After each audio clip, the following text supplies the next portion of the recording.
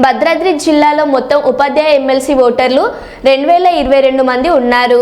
భద్రాద్రి, ఖమ్మం, మైబాద్ జిల్లాల్లో విస్తరించిన ఇల్లందు నియోజకవర్గం పరిధిలోని ఇల్లందు 218, టేకులపల్లి 134, కామపల్లి 85, బయ్యారం 85, గార్ల 153 మండలాలలో మొత్తం 675 మంది ఓటర్లు ఉన్నారు.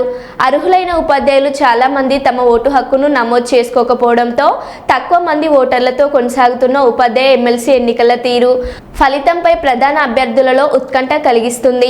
భద్రాద్రి జిల్లాలోని ఏజెన్సీ ప్రాంతాలలోని ఆళ్లపల్లి మండలంలో 15, గుండాలలో 13 మంది ఓటర్ల కోసం పోలింగ్ కేంద్రాన్ని ఏర్పాటు చేశారు. ఇల్లందు సబ్ డివిజన్ పరిధిలో ఎటువంటి ఇబ్బందులు తలెత్తకుండా పోలీసు చర్యలు చేపట్టారు.